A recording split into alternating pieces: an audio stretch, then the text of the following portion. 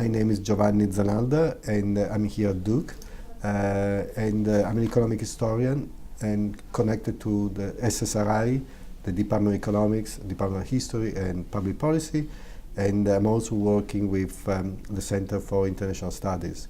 My research is on financial crisis, emerging markets, and the history of the international economy. So those are my areas of research and teaching at Duke. I got to know about GVC through Gary Giraffi, and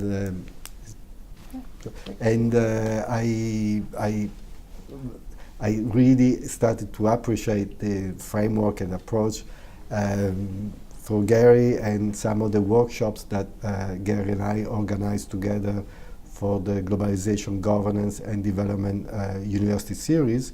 And so I got interested in. I learned a lot from Gary and the workshops. I'm not an expert in global value chain, and so I'm also happy to be here to learn more about global value chain from the experts. Great. And so what are you learning here that you'll be able to take away? Well, I certainly appreciate the format of the summit, which I think it's very informative, both for experts, for those who have been working on global value chains for several decades, and or for scholars like myself, who have been recently approached the global value chain. Now, as an historian, I understand the global value chain, although it's a new label, but can be applied throughout history. And so going back in time, we can also use other terms to refer to a similar approach. What I appreciate, and this is something I really learned throughout the conference and also in preparation for the conference, is that there are different approaches to global value chain, and although it's one framework, but you can approach it from different points of views, and you can certainly focus on aspects, especially on certain economic aspects, but also social aspects, which are, I think, stressed in particular in this conference, but and often they are not in the more technical literature.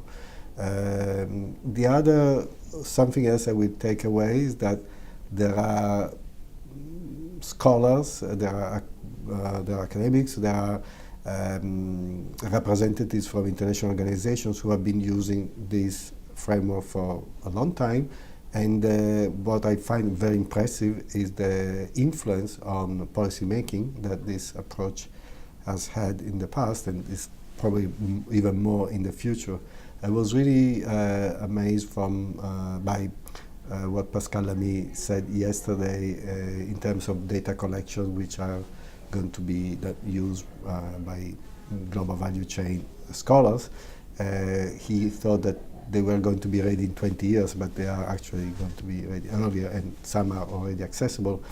And that is really amazing. And I think that that will be a good tool for all those interested in this, but also for policymakers. And the other aspects I particularly like in this conference, the openness of the debates, and the fact that it was not too academic in the sense with papers and then discussions. So it was really the particular type of format that I think it's very useful, and it's really a professional workshop, and yet accessible to scholars or policymakers who are not working on GVC every day. So one final question I have. Looking ahead over the next few years, let's say 3 to 5 years, what are some significant challenges that are important for you from your research perspective in terms of handling a changing global economy? What are some? Well, I teach courses on emerging markets and also crisis, and then I teach a course on globalization history.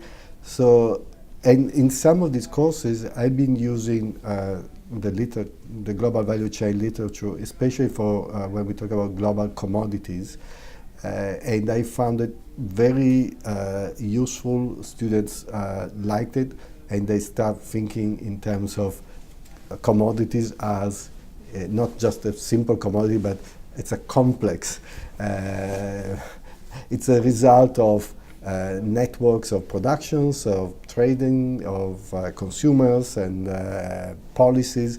So I do think that the global value chain approach is not only useful for research but also as a teaching tool, and that it's something very valuable. In terms of research, after I got used to the terminology and also I got to know more the literature. When I studied, let's say, the history of Venice as an emerging market, because Venice was an emerging market at a certain point in time, and I think about the type of production and all the different steps that the Venetian Empire developed to to produce and trade certain commodities, you can see global value chain action already there. The same can be said about the trading companies, like the East India trading companies, both the Dutch and the English, the way they organize production and trade around the world. So as an historian, I appreciate that, and I would like to use it even more in my research. And then as a teacher, I think it's a very useful tool that can be even used for courses that you don't expect students to be exposed to this type of literature. And in terms of other research that I'm interested in, especially in emerging markets, I'm currently working on the takeoff phase of South Korea in the 1960s and 70s, and I must say that this approach could help me in framing some of the questions that I asking myself when I work on this particular topic, and I can extend the same to other periods of like South Korea economic history, but also other countries who have been emerging more recently. So I would like to use it more, and I will certainly try to do it. And it's also just it helps me to think about certain processes that without this framework I would have thought completely detached. So in that sense, it's a very cohesive framework that helps myself.